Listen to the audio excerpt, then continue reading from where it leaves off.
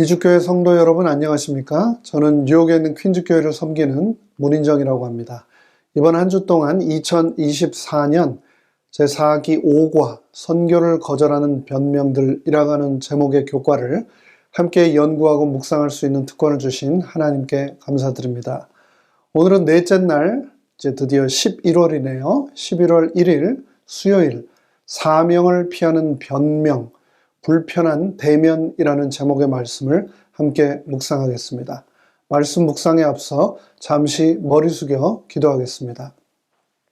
하늘에 계신 저희들의 아버지 하나님, 2023년도도 이제 2달밖에 남지 않았습니다. 11월의 첫날, 이 하루를 또 하나님의 말씀과 동행하기를 간절히 원합니다.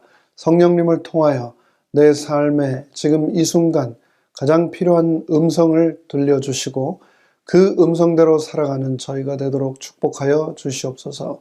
예수님의 이름으로 기원합니다. 아멘. 먼저 오늘의 본문 요나서 4장 말씀을 읽겠습니다. 요나가 심히 싫어하고 노하여 여호와께 기도하여 가로되 여호와여 내가 고국에 있을 때에 이러하겠다고 말씀하지 아니하였나이까. 그러므로 내가 빨리 다시스로 도망하였사오니 주께서는 은혜로우시며 자비로우시며 노하기를 더디하시며 이내가 크시사 뜻을 돌이켜 재앙을 내리지 아니하시는 하나님이신 줄을 내가 알았음이니이다. 여호와여 원컨대 이제 내 생명을 취하소서. 사는 것보다 죽는 것이 내게 나음이니이다. 여호와께서 이르시되 너의 성냄이 어찌 합당하냐 하시니라. 요나가 성에서 나가서 그 성 동편에 앉되 거기서 자기를 위하여 초막을 짓고 그 그늘 아래 앉아서 성읍이 어떻게 되는 것을 보려 하니라. 하나님 여호와께서 박넝쿨을 준비하사 요나 위에 가리우게 하셨으니 이는 그 머리를 위하여 그늘이 지게 하며 그 괴로움을 면케하려 하심이었더라. 요나가 박넝쿨을 인하여 심히 기뻐하였더니 하나님이 벌레를 준비하사 이튿날 새벽에 그 박넝쿨을 씹게 하시며 곧 시드니라. 해가 뜰 때 하나님이 뜨거운 동풍을 준비하셨고 해는 요나의 머리에 쬐매 요나가 혼곤하여 스스로 죽기를 구하여 가로되 사는 것보다 죽는 것이 내게 나으니이다. 하나님이 요나에게 이르시되 네가 이 박넝쿨로 인하여 성냄이 어찌 합당하냐. 그가 대답하되 내가 성내어 죽기까지 할지라도 합당하니이다. 여호와께서 가라사대 네가 수고도 아니하였고 배양도 아니하였고 하룻밤에 났다가 하룻밤에 망한 이 박넝쿨을 네가 아꼈거늘 하물며 이 큰 성읍 니느웨에는 좌우를 분변치 못하는 자가 12만여 명이요 육축도 많이 있나니 내가 아끼는 것이 어찌 합당치 아니하냐. 2021년 9월을 기준으로 이 지구상에는 약 77억 명의 사람이 살고 있습니다. 이곳 맨하탄이 있는 UN 국제연합에 가입된 회원국의 숫자도 193개의 국가에 이릅니다. 그런데 이 모든 사람, 이 모든 나라들이 서로 사이좋게 행복하게 지내고 있지는 않습니다. 민족이나 국가 간에 다양한 이유로 서로 간에 미움이나 적대감을 품고 살아가는 경우가 많습니다. 이러한 감정은 복잡하고 다양한 역사적, 정치적, 사회적, 그리고 문화적 요인의 영향으로 발생하며 이를 해결하는 것은 쉽지 않습니다. 지난 10월 7일에 발생한 이스라엘과 하마스 간의 전쟁은 오랜 역사적 갈등, 영토 분쟁, 정치적 논란, 또 종교적 갈등으로 인해 시작되었으며 앞으로 언제까지 이 전쟁이 이어질지, 얼마나 무고한 사람들이 죽어나갈지 미지수인 상황입니다. 그뿐만이 아닙니다. 인도와 파키스탄도 마찬가지입니다. 역시 역사적, 경제적 충돌로 인해 서로에 대한 증오와 갈등이 식을 줄 모르고 있습니다. 러시아와 우크라이나 간에도 크림반도의 합병, 동부 우크라이나의 정치적 불화 등으로 인해 긴장 관계가 계속되고 있습니다. 과학과 문명이 발달해서 달을 넘어 화성에 인류를 보내어 제2의 인류 거주 가능한 행성으로 개발을 한다는 이 시대에 인간의 모든 유전자가 해독이 되어 인간 게놈 유전 지도가 완성되어 죽지 않는, 질병에 고통당하지 않는 신인류를 만들어낼 수 있다고 하는 이 시대에 여전히 이런 다양한 이유로 서로 미움이나 적대감을 품고 서로 충돌하며 살아간다는 것은 참 놀라울 따름입니다. 그런데 오늘 같은 시대에도 이런 미움과 증오심으로 갈등과 충돌이 빈번한데 그 옛날 성경시대, 특별히 요나의 시대에는 이런 일들이 얼마나 흔하고 또 심각했겠습니까? 끊임없이 서로 죽고 죽이는 일들이 일어났고 원수를 갚는 피해 보복은 멈추지 않았습니다. 특별히 약소국 출신으로서 강대국 아시리아로부터 수많은 침략과 약탈을 당해야만 했던 요나의 경우도 그랬을 것입니다. 요나는 그러한 아시리아의 니느웨 사람들에 대한 뿌리 깊은 증오심 때문에 니느웨의 종말에 대한 기별이 실패로 드러나서 자신의 체면을 잃는 것보다 차라리 자신이 죽는 것이 낫다고까지 생각했습니다. 요나는 하나님의 니느웨 사람들을 향한 사랑에도 불구하고 진심으로 니느웨가 소돔과 고모라처럼 멸망되기를 원했습니다. 그는 자신이 미워하는 니느웨 사람들에 대한 하나님의 심판을 간절히 바라고 있었습니다. 그런데 그 일이 일어나지 않자 그의 세계관은 뿌리째 흔들리고 있었고 요나는 자신의 세계가 그렇게 뒤집히는 것을 지켜보느니 차라리 죽기를 원했습니다. 요나서 3장부터는 하나님과 요나의 두 번째 대면이 이루어집니다. 설교나 말씀이 아닌 체험을 통해서 말입니다. 세계관은 필요에 따라 만들어지는 것이 아닙니다. 새롭거나 다른 것을 들었다고 해서 쉽게 바뀌는 것도 아닙니다. 세계관은 종종 삶의 경험을 통해 또 그것이 해석되거나 이해되는 방식에 따라 형성되고 변화됩니다. 하나님께서 주신 새로운 경험은 요나가 자신의 세계관이 왜곡되어 있음을 인식하도록 돕기 위한 것이었습니다. 하나님께서는 박넝쿨을 하루 만에 기적적으로 크게 자라게 하셔서 뜨거운 태양으로부터 요나가 쉴 수 있을 만한 그늘을 만들어 주셨습니다. 요나는 기적을 행하신 하나님이 아니라 식물에 대해 감사했습니다.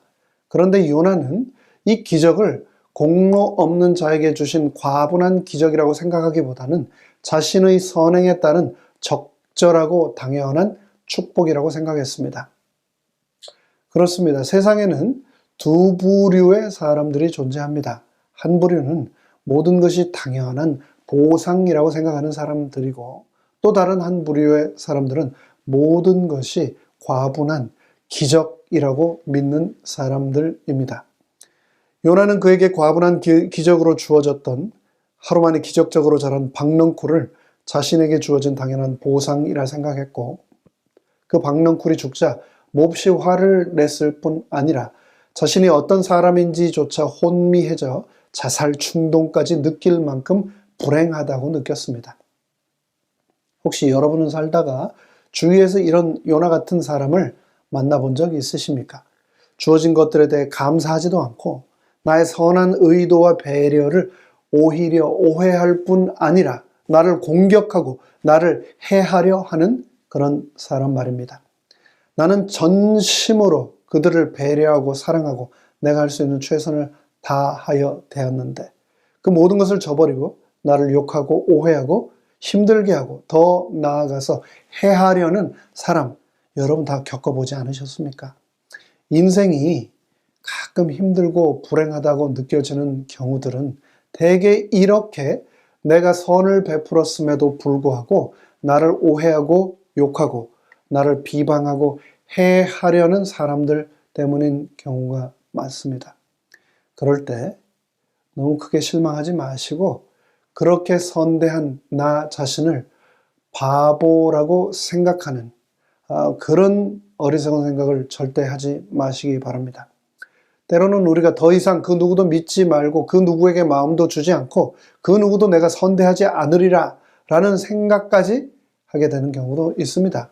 그리고 또 어떤 경우는 그런 몰상식하고 비윤리적이고 이율배반적인 사람은 본때를 보여줘야 된다고 단단히 똑바로 잡아주기 위해 뜨거운 맛을 보여줘야 한다고 생각하고 또 심지어 어떤 분들은 행동하는 경우도 있지요. 그런데 그래서 그 사람이 바뀌던가요? 그 사람이 깨닫던가요?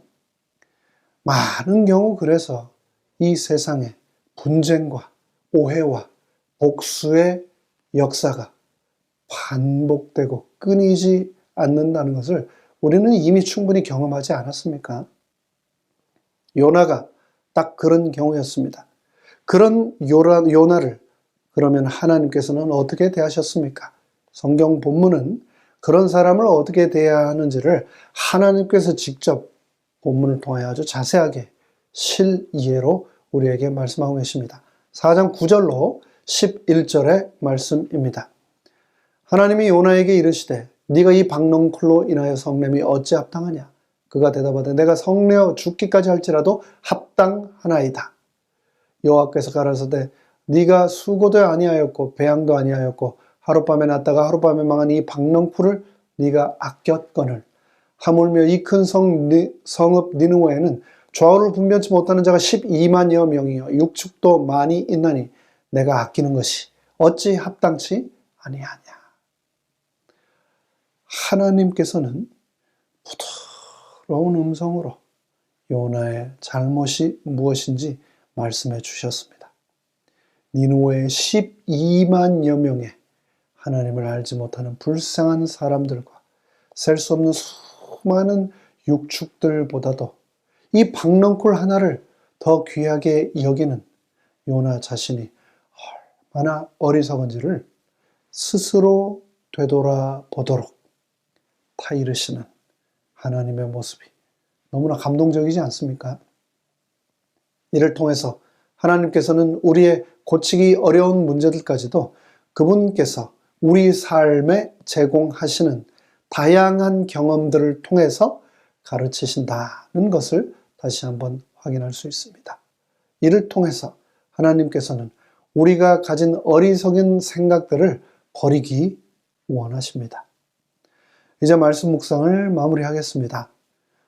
지난 10월 8일은 제 결혼 23주년 기념일이었는데요. 교회와 여러 행사로 분주해서 저희 집사람과 오붓하게 식사 한번 못하고 올해도 또 그냥 넘어갔습니다. 다시 한번 생각해봐도 매년 그렇게 보내게 되니 참 미안하더라고요.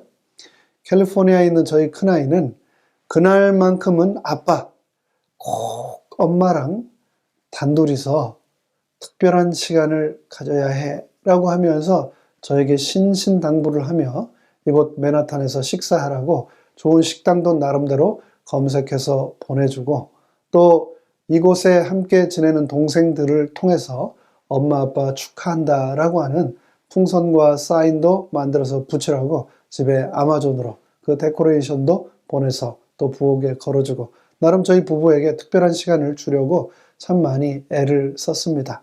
그런데 정작 그날도 교회 일정들로 저희 부부만의 시간은 가질 수 없었습니다.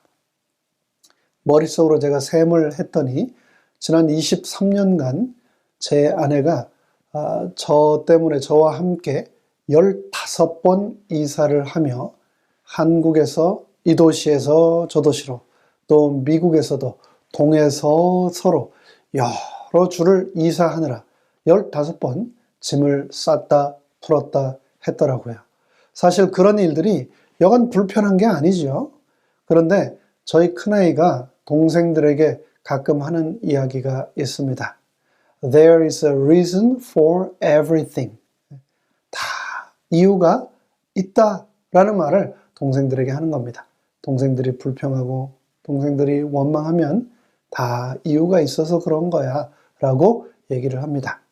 짐 싸서 이사하고 학교 전학하고 친했던 친구들과 헤어져서 마음이 아플지 모르지만 하나님께서 그렇게 하도록 하시는 데는 다 이유가 있다라는 겁니다. 큰아이 자신도 매번 이사하면서 친구들과 헤어지고 익숙한 환경을 떠나 낯선 곳에서 혼자 지내는 삶이 녹록지 않았을 텐데 도리어 아빠 엄마를 도와가며 동생들을 아우르는 그 모습을 보면서 그 모습이 너무 고맙고 또 저 또한 그 말이 참 맞는 말이다 라고 생각하게 되었습니다.